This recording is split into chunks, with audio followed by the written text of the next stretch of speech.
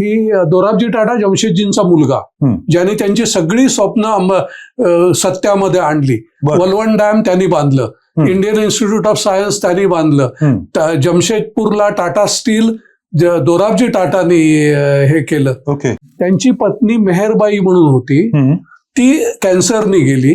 तर त्यावेळेला तिची जी संपत्ती होती त्याच्यामधून त्यांनी सांगितलं की एखादं रेडिओलॉजी सेंटर म्हणजे ह्याच्यासाठी काढा ह्याला.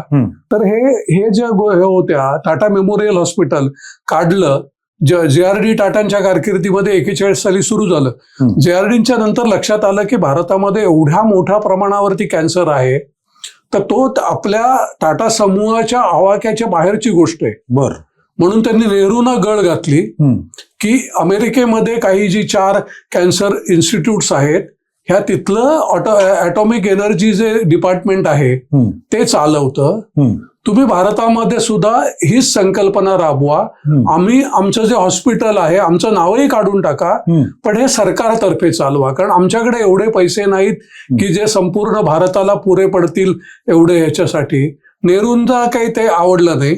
तर त्यांनी होमी भाभांना त्यांनी गळ घातली की नेहरूंना तुम्ही सांगा. होमी भाभा आणि नेहरू यांचे संबंध चांगले होते. तर होमी भाभाने त्यांना नेहरूंना कन्व्हिन्स केलं आणि 1956 साली टाटा मेमोरियल हे सुरुवातीला हेल्थ डिपार्टमेंटनी घेतलं.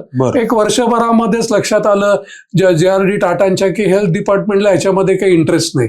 म्हणून त्यांनी भाभांना परत सांगितलं की तुम्ही नेहरूंना परत भेटा आणि त्यांना सांगा ॲटॉमिक एनर्जी BARC हे टाटा मेमोरियल चालविल. त्यामुळे मग ते अणुऊर्जा विभागाकडे तेव्हापासून आहे.